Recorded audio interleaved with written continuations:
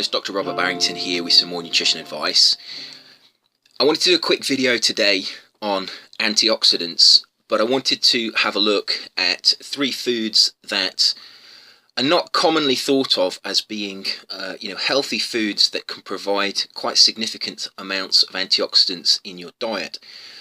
Most people when they think about antioxidants, think about fruit and vegetables. Fruit and vegetables get most of the plaudits, and for good reason. We eat a lot of fruit and vegetables, or we should do, and fruit and vegetables do contain good levels of antioxidants, but they also contain quite a lot of water, and when you take into account the amount of water they contain, they are reasonable sources of antioxidants, and they contain a wide variety of different antioxidants. But I feel these three foods are actually underrated in terms of how much they can boost your antioxidant intake. And I think adding these three foods to your diet would have quite a significant effect on your total antioxidant intake. And studies show that if you can increase the amount of antioxidants you have in your diet, you can have quite a significant effect on your long-term health. So the first food that I wanted to talk about was green tea and black tea. Green tea gets most of the plaudits in terms of its health effects, but really, when we compare green tea and black tea, we look in the literature. Some studies have green tea providing more antioxidants, and some studies have black tea providing more antioxidants. But generally, both black tea and green tea are a very good source of total antioxidant capacity. The difference between the two teas is they actually contain different types of antioxidants. Green tea is really in a more pure form. It's not gone through a fermentation stage, which is actually really an oxidation stage, which black tea has. And as a result, it maintains many of the original antioxidants that are in the tea leaves as the tea plant is growing. These are mainly in the form of catechins, but there are also other flavonoids such as quercetin, which is a flavanol. And these catechins have been researched, and they've been found to have significant health effects. They are bioavailable. They do get into our tissues, and they do appear to have health effects. Black tea is the same.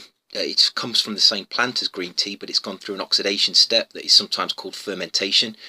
In this oxidation step, the catechins are actually polymerized, and they become slightly chemically changed. And this gives black tea its characteristic flavor and its characteristic color. And these the catechins become thiorubigens and thioflavins. But when we compare the actual total antioxidant capacity of the two teas, they're actually very, very similar. It's just that they're supplied from different types of antioxidants. So combining black tea and green tea together, it's a very good way of increasing not only the amount of antioxidants you have in your diet, but also the range of different types of antioxidants. There are other types of tea as well I've talked of. You could have, for example, Darjeeling tea, which is partially oxidized, so it's halfway between a green tea and a black tea. It contains some catechins, but also some of the thioflavins and the thiorubigens. Oolong tea is very similar to Darjeeling tea. It's another partially oxidized tea. And then there are berry teas, which are not really true teas because they don't come from the Camellia sinensis plant, but they can be drunk, and they do contain high levels of antioxidants. They contain, for example, quite high amounts of vitamin C if they're from berries, and they contain also berry teas tend to contain anthocyanins as well. So tea is a very good way of increasing your antioxidant content, and I've done a video recently on boosting your antioxidant content of your diet with tea, so I would refer you to that video if you want the details of how tea actually works to increase your antioxidant levels.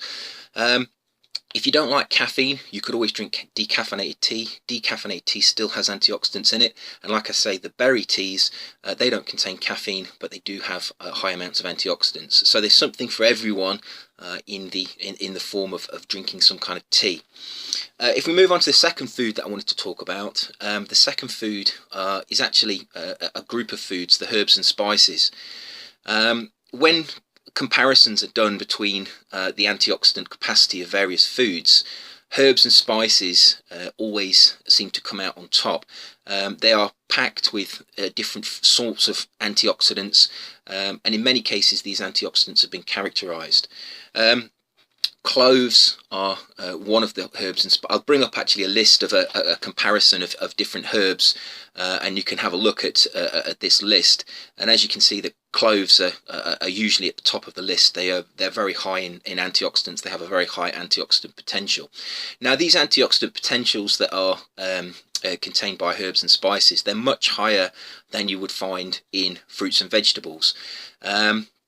The difference is, and this is something that needs to be taken into account, that you tend to eat more fruits and vegetables. So therefore, in terms of your diet as a whole, even though herbs and spices have a much higher antioxidant capacity, we don't eat as much of them, and therefore they don't supply as many antioxidants as fruits and vegetables. But they still have a place, and they still have a contribution. And if you can increase the amounts of these herbs and spices that you use in your cooking, in your food, you can significantly increase the amount of antioxidants that you have in your tissues.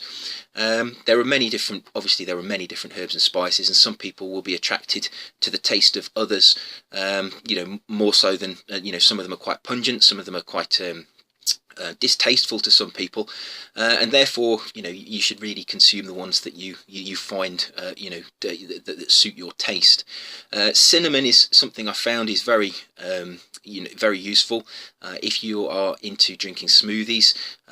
You can use cinnamon in those, and it actually adds quite a nice flavour to most smoothies. And I've also found that cinnamon is very useful. You can put it on porridge, for example, and you can put it in yogurt.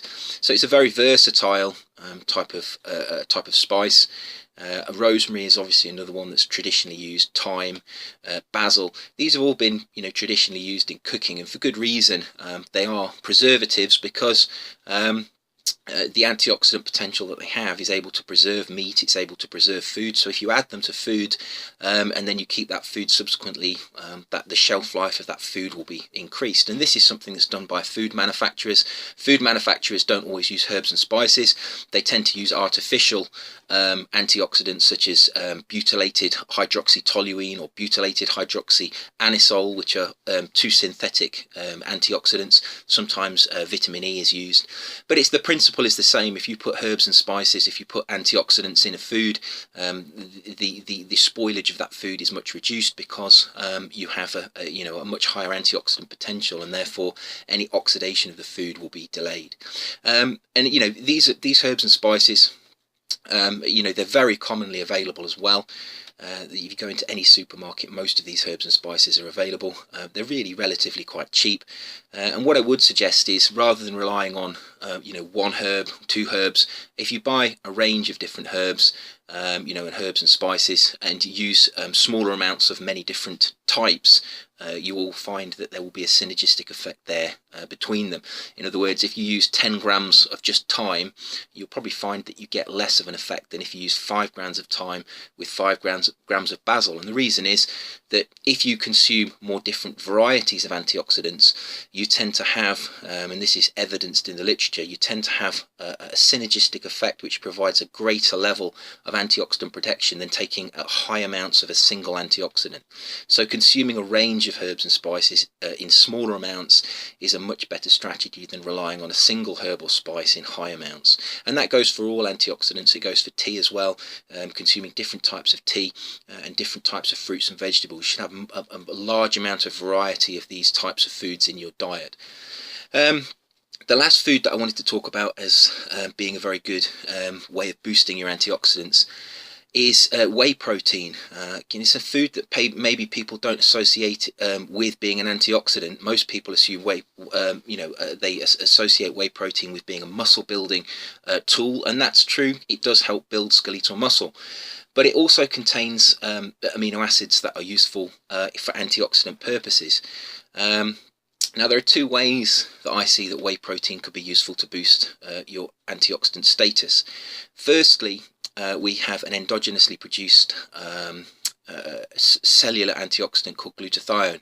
And glutathione is a tripeptide, and it's actually created from 3 amino acids, and those amino acids are cysteine, glycine, and glutamic acid. Now, when those 3 amino acids are in the cell, they're joined together, and they form glutathione, and glutathione is one of the main water-soluble antioxidants in our cells, and studies show that those people with higher levels of glutathione are protected from certain diseases, they have lower levels of oxidative stress, and they appear to be healthier. Boosting glutathione, increasing glutathione levels can be done in a number of ways. Taking vitamin C will boost glutathione. Taking other antioxidants that help increase levels of vitamin C will boost glutathione. And you can take amino acids, and amino acids will also increase the production of glutathione. The reason for that is that the rate limiting step in the production of glutathione is the amino acid cysteine, and therefore you need cysteine in your diet in order to be able to produce glutathione. And whey protein is a very good source of cysteine. It's very high in cysteine, and therefore it provides all the raw materials for producing glutathione. And studies do show that if you take whey protein, your glutathione levels do increase. So whey protein, in that respect, is a very good way of increasing your your glutathione. And as you increase your glutathione, the health benefits will your health will increase, and it will also and that will be as probably as a direct result of increasing the antioxidants within your cells. Another way that whey protein can actually have an antioxidant effect is directly because of the amino acid cysteine. Many people don't realise that amino acids actually act as antioxidants, and cysteine is a very effective reducing agent. Other antioxidants can cause reducing reactions to occur as well. Tryptophan, tyrosine can cause, many of the amino acids will act as reducing agents, but cysteine is particularly good, and cysteine has actually been researched in terms of its ability to reduce iron in the gut during digestion, which would help iron absorption. But it will have that effect on other compounds as well. Cysteine is an antioxidant. It will have antioxidant effects, and therefore taking whey protein, which is a good source of cysteine, even if that cysteine is not acting as an antioxidant in your tissues, it's certainly acting as an antioxidant in your gut, and therefore that will prevent things like lipid peroxidation and the formation of other damaging chemicals in your gut while the digestion process is occurring. So whey protein, again, it's a very useful substance to be able to boost your antioxidant defenses. So there's three foods, three things that you can add into your diet. Most people drink some kind of tea, but maybe you're not having enough herbs and spices. Maybe you don't currently consume whey protein and you've dismissed it because you thought it was just for building muscle. Whey protein also contains other substances that are very good for the health. It contains little peptides that have immune boosting effects, and generally whey protein is a very healthy food. Whey protein powder that you can add to your diet is not just for bodybuilders, it's not just for athletes. It's a very good way of boosting your protein intake. It's a very good way of increasing your immunity, and it's a very good way of increasing your antioxidant status.